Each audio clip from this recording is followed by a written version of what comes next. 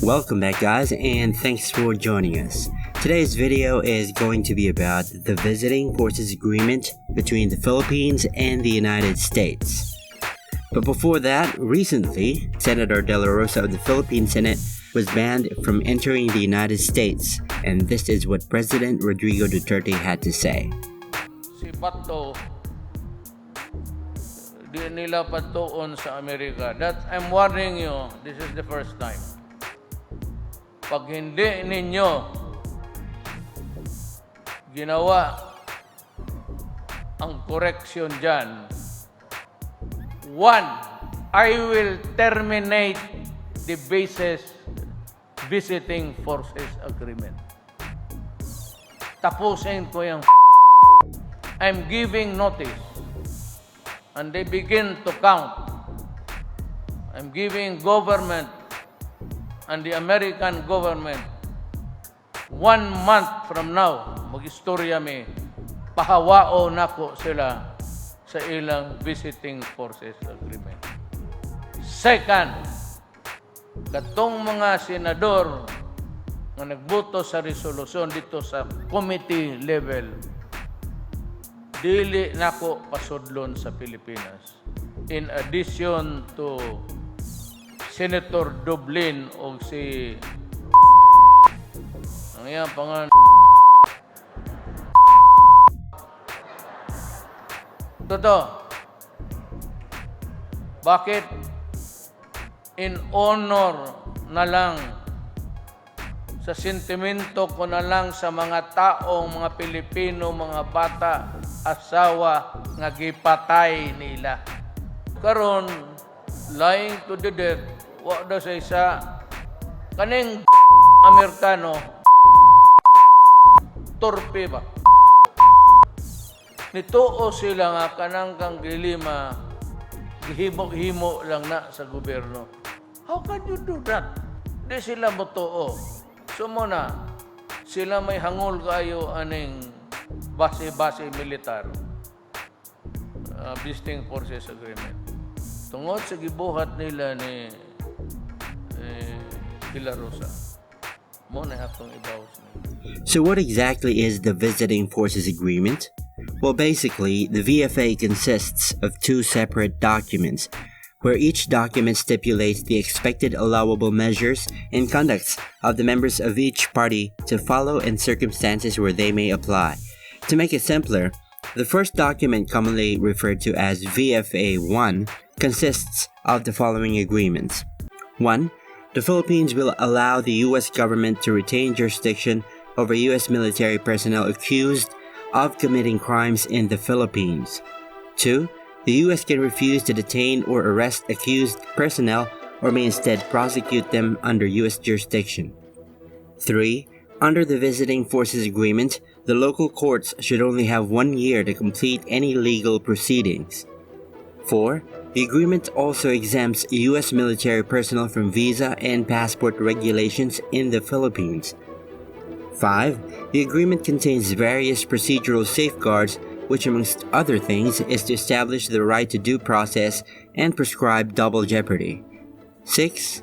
The agreement also prevents U.S. military personnel from being tried in Filipino religious or military courts. 7.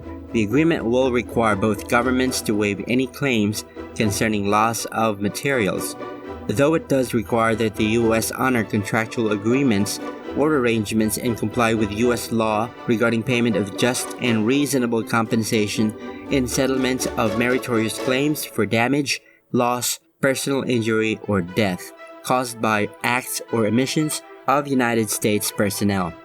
8. Exempts material exported and imported by the military from duties or taxes. And 9th, allow unrestricted movement of U.S. vessels and aircraft in the Philippines. Before we get to the other document, what do you think about these agreements? Take a look at agreement number 9, which is to allow unrestricted movement of U.S. vessels and aircraft in the Philippines.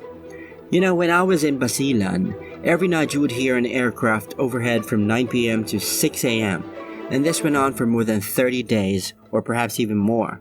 and some claim to have seen a white plane resembling a US spy plane early in the mornings, and many speculated that the US was mapping out the island of Basilan. Some say the US was trying to locate terrorists, and others said they may be looking for resources like gold or fuel. Nobody knew for certain what they were doing, but one thing is for sure: the United States enjoyed their end of the VFA agreement with zero restrictions of US aircraft use in the Philippines. And if you take a closer look at all of them, these agreements, the US gets exactly what benefits them. Remember, the US has at least twice used the agreement to keep accused military personnel under US jurisdiction. On January 18, 2006, the US military maintained custody of 4 troops accused of rape while visiting Subic Bay during their trial by a Philippine court. They were held by American officials at the United States Embassy in Manila. This led to protests by those who believe that the agreement is one-sided, prejudicial, and contrary to the sovereignty of the Philippines. So what is the Philippines' end of the agreement?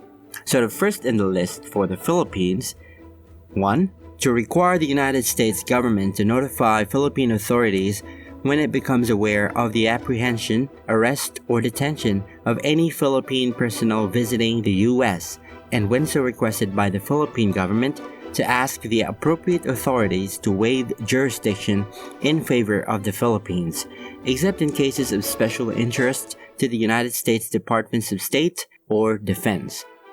Second, the agreement contains various procedural safeguards to protect rights to due process and prescribe double jeopardy. Third, the agreement also exempts Philippine personnel from visa formalities and guarantees expedited entry and exit processing. Fourth, requires the U.S. to accept Philippine driver's licenses. Fifth, allows Philippine personnel to carry arms at U.S. military installations while on duty. Sixth, provides personal tax exemptions and import or export duty exclusions for Philippine personnel. Seventh, requires the U.S. to provide healthcare to Philippine personnel. And 8, exempts Philippine vehicles, vessels, and aircraft from landing or port fees, navigation or overflight charges, road tolls, or any other charges for the use of U.S. military installations. Now, all of these agreements may seem good, but how many military personnel does the Philippines send to the United States? And how often does the Philippines send troops to the U.S.? Not as often, we must say, and definitely not as many. So you be the judge. Who benefits the most from this agreement? Share your thoughts and comment down below. At this point, we would like to thank Manila Bulletin Online, Inquirer.net, and CFR.org. So that's going to be all for today. Please like and share this video, and again, you may want to consider subscribing to this channel for more videos like this, and don't forget to hit the bell icon so you won't miss any updates. So once again, this is In The Know. Thank you, and thanks for watching.